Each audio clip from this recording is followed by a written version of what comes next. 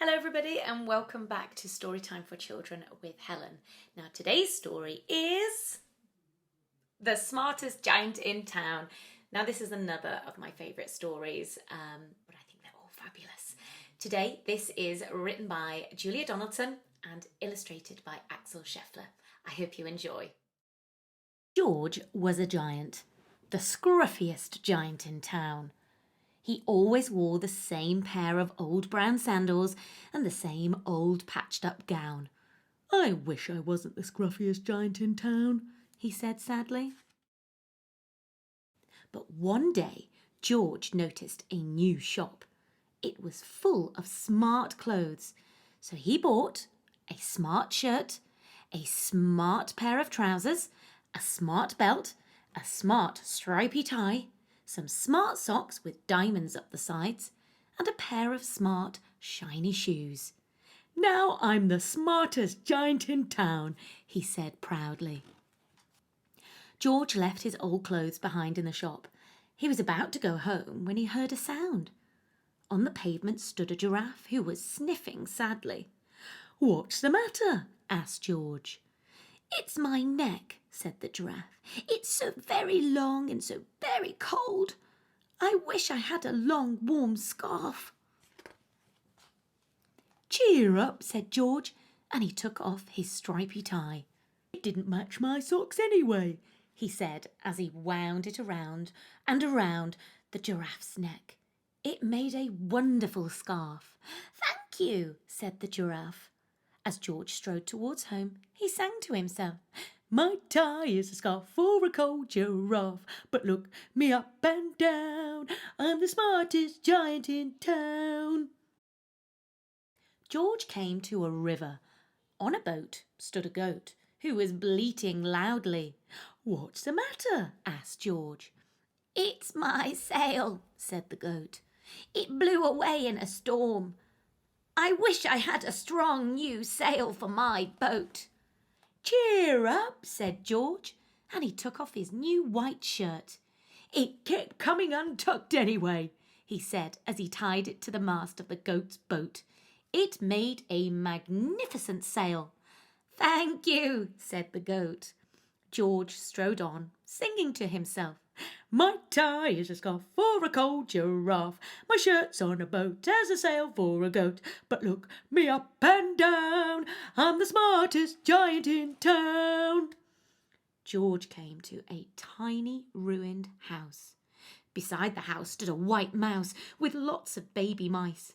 They were all squeaking. "What's the matter?" asked George. "It's our house," squeaked the mother mouse.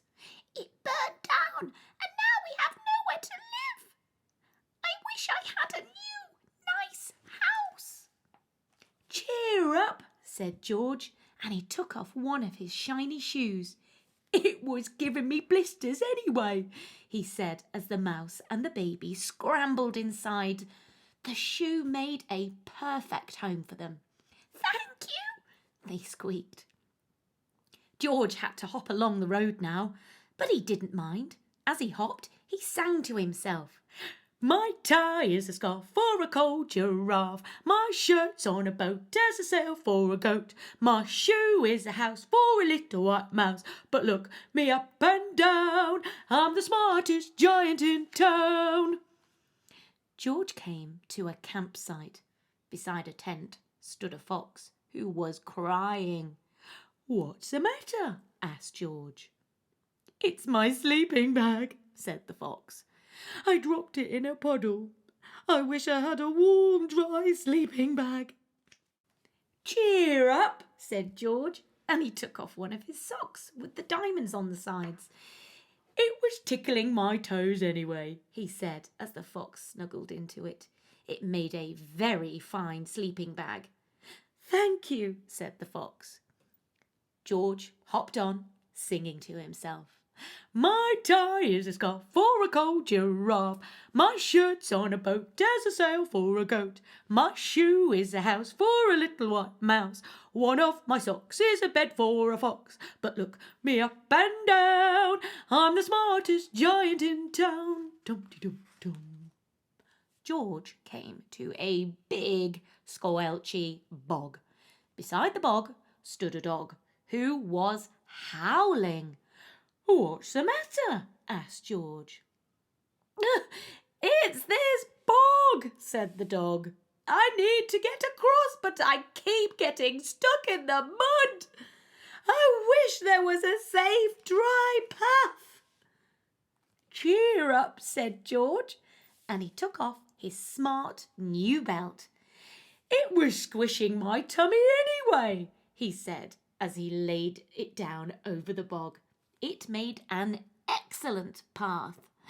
"Thank you," said the dog. The wind started to blow, but George didn't mind. He hopped on, singing to himself. "My tie is a scarf for a cold giraffe. My shirt's on a boat as a sail for a goat.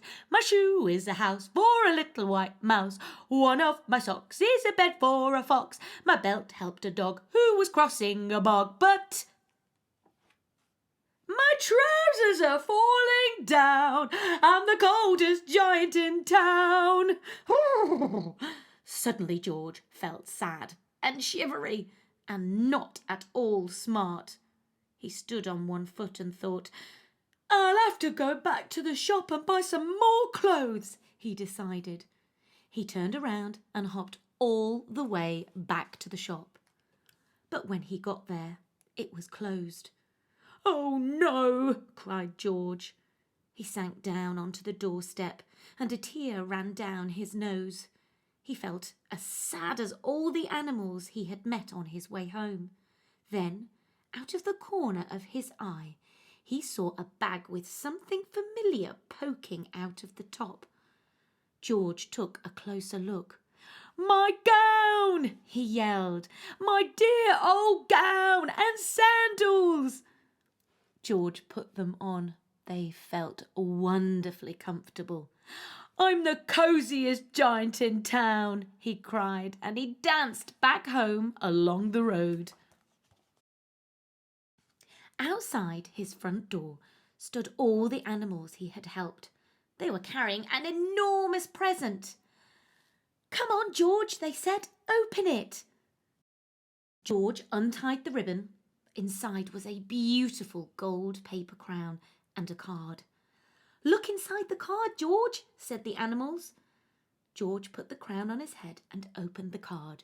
And inside it said, "Your tie is a scarf for a cold giraffe. Your shirt is on a boat as a sail for a goat. Your shoe is a house for a little white mouse.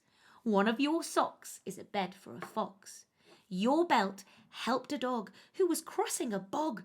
So here is a very fine crown to go with the sandals and gown of the kindest giant in town."